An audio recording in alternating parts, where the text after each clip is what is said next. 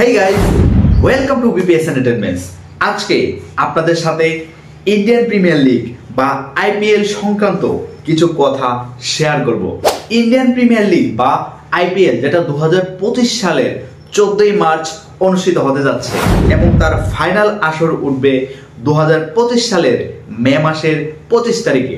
2025 সালে অনুষ্ঠিতব্য আইপিএলটি হতে যাচ্ছে 18তম আসর এবং এই 18তম আসরে অংশগ্রহণ করতে যাচ্ছে 10টি জায়ান্ট টিম এবং আমি আজকে আপনাদের সাথে শেয়ার করব সেই 10টি টিমের নাম এবং দলগুলোর দলীয় অধিনায়কের নাম।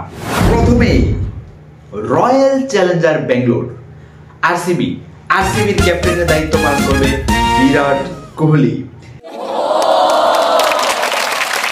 কেকেআর মানে কলকাতা নাইট রাইডার্স এর দায়িত্ব পালন করছেন ভেঙ্কটেশ আয়ার। সিএসকে চেন্নাই সুপার কিংস এর ক্যাপ্টেন্সির দায়িত্ব পালন করছে ঋতুরাজ গায়কোয়াড়। এসআরএইচ সানরাইজ হায়দ্রাবাদের ক্যাপ্টেন্সির দায়িত্ব পালন করবে Pat Cummins.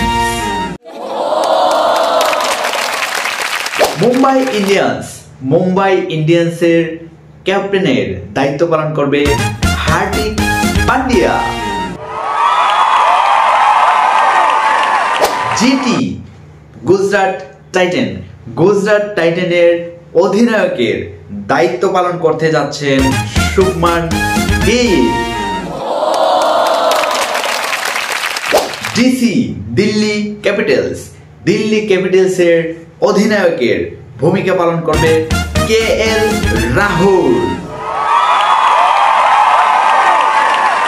LSG Lucknow super giant এইবার আইপিএল এর আসরে সবচেয়ে বেশি টাকা দিয়ে কিনেছে ঋষভ পান্ট দায়িত্ব পালন করছেন এলএসজি লখনৌ সুপার জায়ান্টের ক্যাপ্টেন হিসেবে।